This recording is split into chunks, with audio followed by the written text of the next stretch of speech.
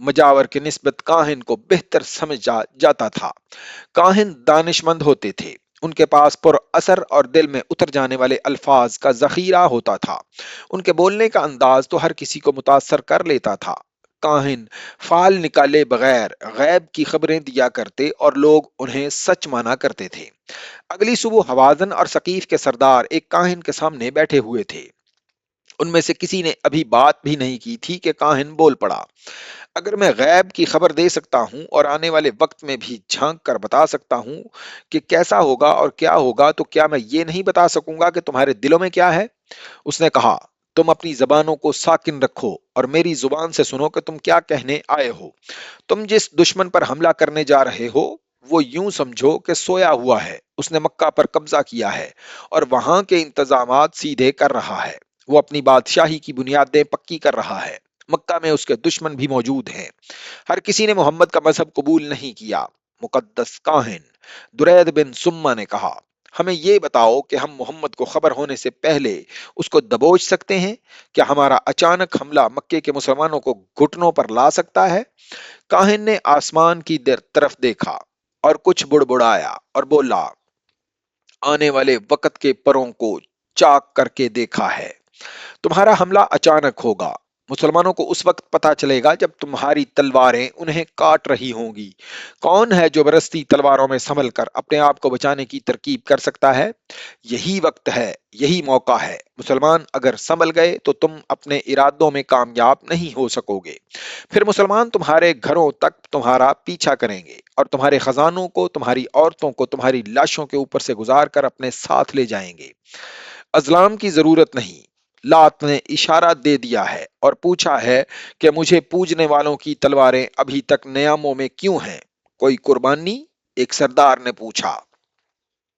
حام، کاہن نے کہا، ایک حام۔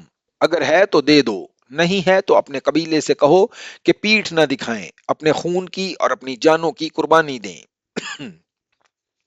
حام کی تلاش میں وقت ضائع نہ کریں۔ جاؤ، میں نے تمہیں خبر دے دی ہے، مکہ میں مسلمان دوسرے کاموں میں مصروف ہیں، وہ لڑنے کے لیے تیار نہیں، یہ وقت پھر نہیں آئے گا۔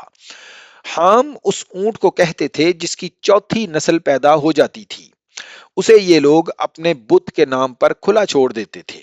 اس بت کو متبرک سمجھ کر اس پر نہ کوئی سواری کر سکتا تھا، نہ اس سے کوئی اور کام لیا جاتا تھا۔ اس پر خاص نشان لگا دیا جاتا تھا۔ اسے جو کوئی دیکھتا تھا اس کا احترام کرتا اور اسے اپنے کھانے کی چیزیں کھلا دیتا تھا۔ جب حوازن اور ثقیف کے سردار کاہن کی آشیرواد لے کر چلے گئے تو کاہن اندرونی کمرے میں چلا گیا۔ وہاں وہ بوڑھا یہودی بیٹھا تھا جسے گزشتہ رات ضیافت کے دوران مالک بن عوف نے اشارے سے کہا تھا کہ وہ سب کو بتائے کہ محکومی اور غلامی کیا ہوتی ہے۔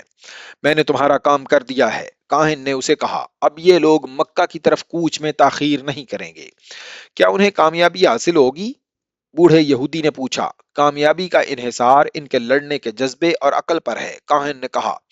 اگر انہوں نے صرف جوش اور جذبے سے کام لیا اور عقل کو استعمال نہ کیا تو محمد کی عسکری قابلیت انہیں بہت بری شکست دے گی۔ میرا انعام، تمہارا انعام ساتھ لایا ہوں، بوڑھے آدمی نے کہا اور آواز دی۔ دوسرے کمرے سے ایک حسین لڑکی آئی۔ بوڑھے یہودی نے اپنے چوغے کے اندر ہاتھ ڈال کر سونے کے 2 ٹکڑے نکالے اور کاہن کو دے دیے۔ میں کل صبح اس کو لے جاؤں گا، بوڑھے نے کہا۔ میں تمہیں ایک بات بتا دینا چاہتا ہوں، کاہن نے کہا۔ میں نے تمہارے کہنے پر ان لوگوں کو کہا ہے کہ فوراً حملہ کر دیں، لیکن ان سرداروں میں سمجھ بوجھ ہے، حالات کو سمجھ لیتے ہیں۔ ان کا بوڑھا سردار درید بن سما پہلے سے جانتا تھا کہ مسلمان مکہ پر ابھی جم کر نہیں بیٹھ سکے۔ ان کے سامنے اور بہت سے مسئلے ہیں، ان پر حملے کے لیے یہی وقت موزوں ہے۔ حوازن اور ثقیف کے سردار اپنے ارادوں کی تصدیق کے لیے میرے پاس آئے تھے۔ اچھا ہوا کہ ان سے پہلے تم چوری چھپے میرے پاس آ گئے تھے۔ میرا مقصد صرف یہ ہے کہ مسلمانوں کو ختم کیا جائے، بوڑھے یہودی نے کہا۔